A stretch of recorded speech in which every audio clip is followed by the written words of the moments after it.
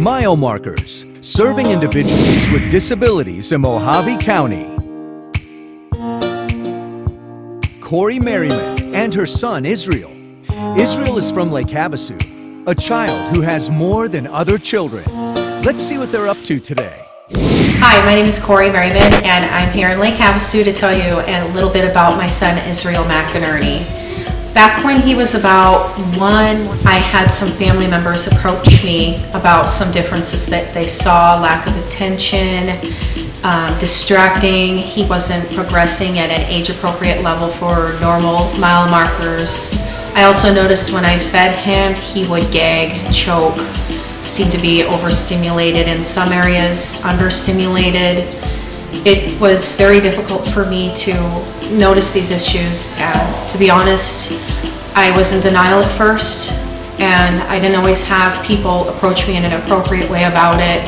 There was a few remarks for some people that were in my life at that time that were very negative and thought maybe it was genetics or differences. I have some family members with some disabilities, and I wasn't easily accepting of it, but I looked at my son and I realized that it was my responsibility to make a difference in his life and give him the best opportunity possible to be the best little man he could be.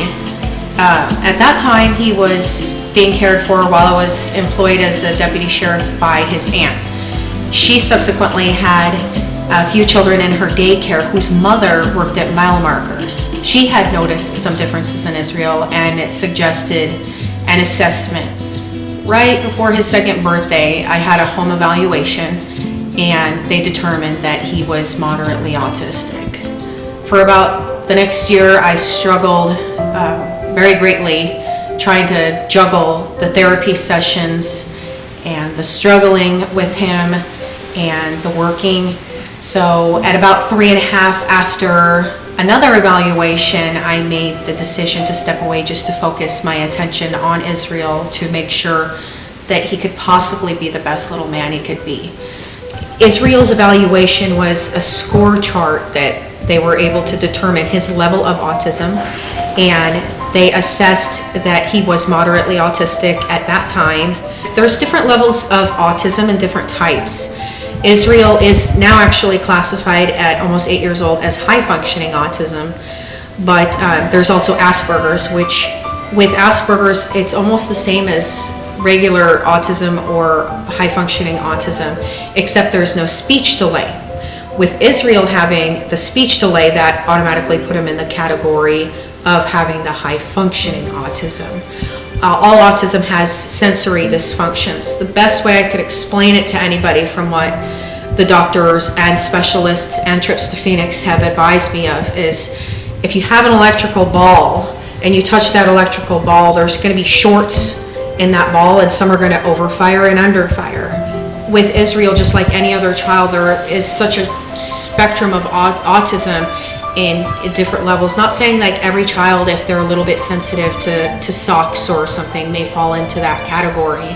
But I guess anybody that would be questioning if their child had any differences, the best decision you can make as a parent would be to get them help as soon as possible and or evaluated, because that would be the key of any parent doing the best job that they possibly can.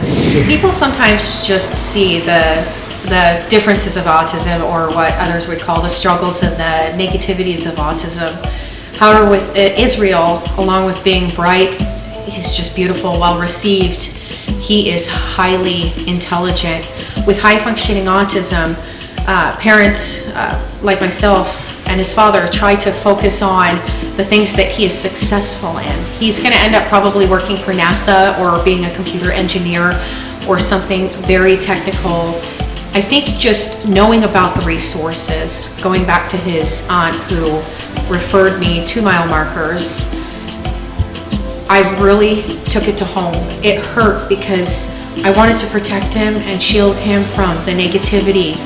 I didn't want him to go to the developmental preschool at first because I didn't want him to be judged. I wanted him to just be loved and accepted, but I took a step back and I realized that that's not how the real world works. He's going to have struggles, but it's my job to make sure that it is as functional as possible, and the best way to do that is to put him first. They knew what to do and how to work with him, and also me being able to accept that, hey, I'm his mother, that's my job.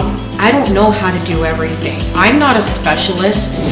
Milemarkers has been such an asset to Israel, to my family, to myself. They have an abundance of resources, everything from occupational therapy, speech therapy, food therapy, and all of them have helped him become this little blossoming flower, this best little man that he's become, and helped pave the road for his future. Hi, I'm Katie Sondrel. I am co-founder and occupational therapist of Milemarkers Therapy. We incorporated in January of 2006. We have grown to have over 80 employees, and we are able to service over 500 families a week, both here at our clinic location and in local school districts.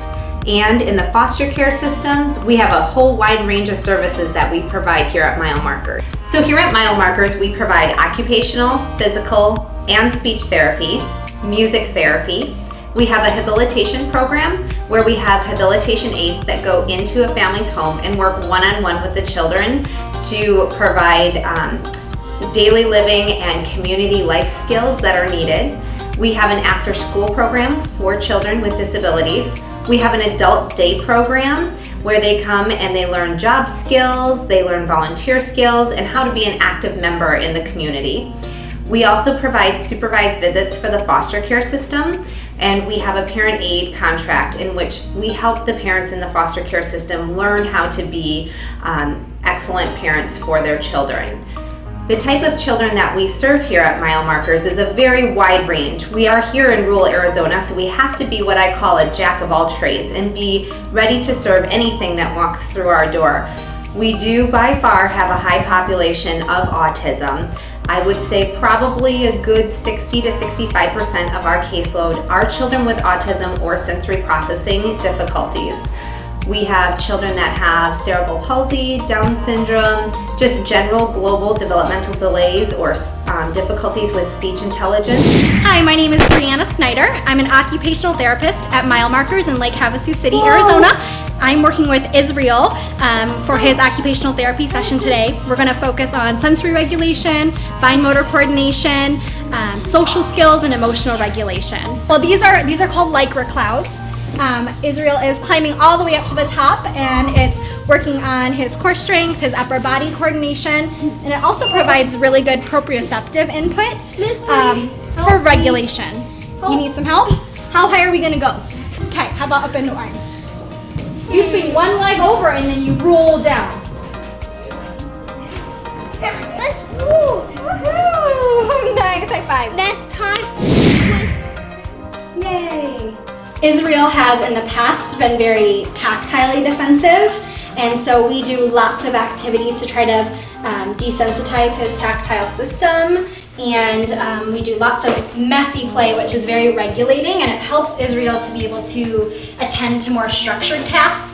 Israel receives speech therapy directly after occupational therapy, so a lot of our occupational therapy session focuses on regulation and helping him to be able to attend to more structured tasks during speech therapy. Israel's made a lot of progress in OT. How about I draw a picture and you guess what it is? Yeah, sound good? Yeah. Okay.